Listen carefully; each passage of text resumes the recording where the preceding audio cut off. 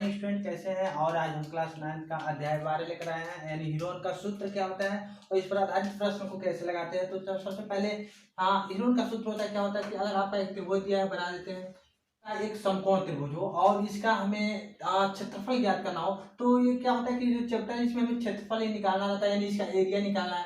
तो ये आपका होता है समकोण त्रिभुज, हमें पता है कि 90 डिग्री पे होना चाहिए, 90 अंश के कोण पे।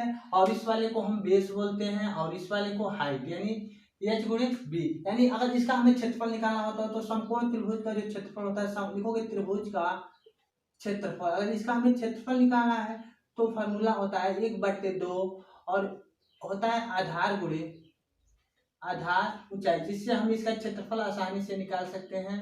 और इसका अगर देखें तो एक फॉर्मूला ये भी कह सकते हैं कि त्रिभुज का क्षेत्रफल बराबर जो फॉर्मूला होता है 1/2 गुणे आधार को हम बेस कहते हैं, बी गुणे एच भी बोल सकते हैं।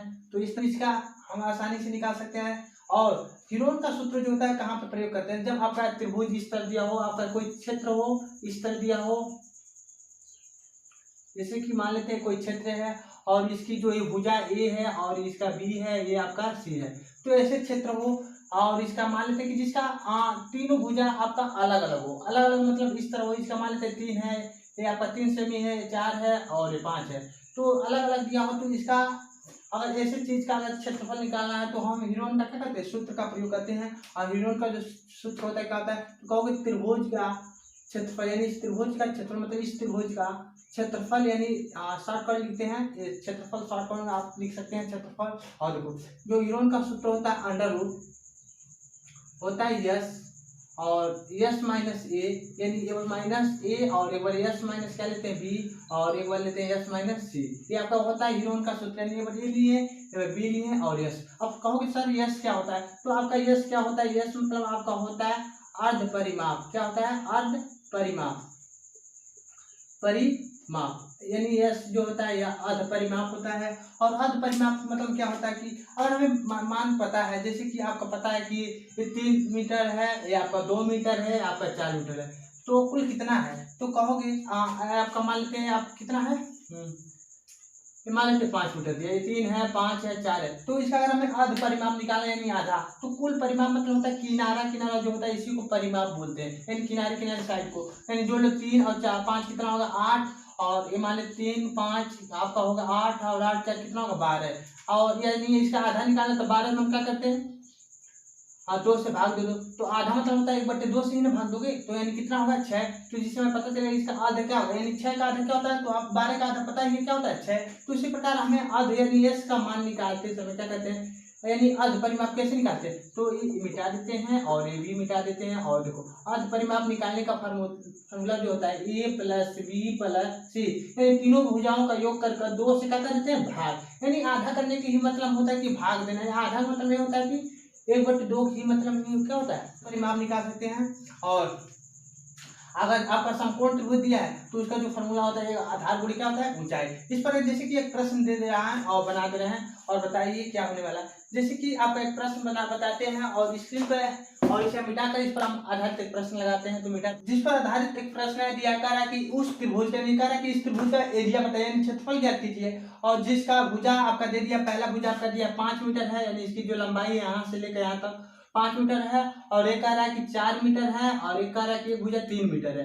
यानी कहने का मतलब कोई एरिया है उसे नापा गया, यहाँ से यहाँ तक 5 मीटर है और यहाँ से 4 मीटर, यहाँ से 3 मीटर। तो इसका जो क्षेत्रफल कितना होगा, क्षेत्रफल मतलब ये जो जगह है कितना होगा, क्षेत्रफल मतलब इसका ये पूरा एरिया ज्ञात करना है। और इस खाली जगह का यानी जगह क्या होगा, तो इसके लिए हम क्या लगाते हैं हीरोन का सूत्र। यानी हीरोन का सूत्र क्या होता है, तो हमने बताया था इस त्रिभुज को लिखो, इस त्रिभुज का क्षेत्रफल वाला फॉर्मूला होता है क्या होता है अंडर रूट।